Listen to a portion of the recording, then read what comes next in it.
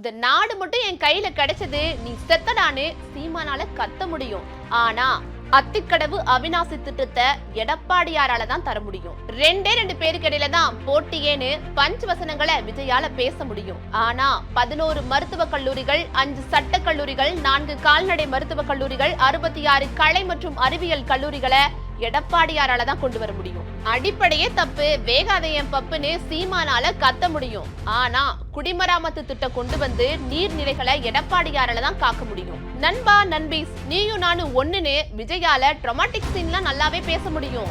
ஆனா மருத்துவ படிப்புல 7.5% உள் ஒதுக்கீடு எடப்பாடியாரால தான் கொண்டு வர முடியும். பாரதி என் பாட்டன் பாத்திமா கட்டிருக்கிறது காட்டன்னு சீமானால கத்த முடியும். ஆனா குளோபல் இன்வெஸ்டர் மீட் நடத்தி மொத்த இளைஞர்களோட வேலை வாய்ப்பை உறுதி செய்ய எடப்பாடியாரால தான் முடியும். பாண்டியில ரங்கசாமி நல்லவரு, வாட்ஸால ரங்கசாமி சொல்வார்னு விஜயால சூப்பர் ஹிட் வசனங்கள்லாம் பேச முடியும்.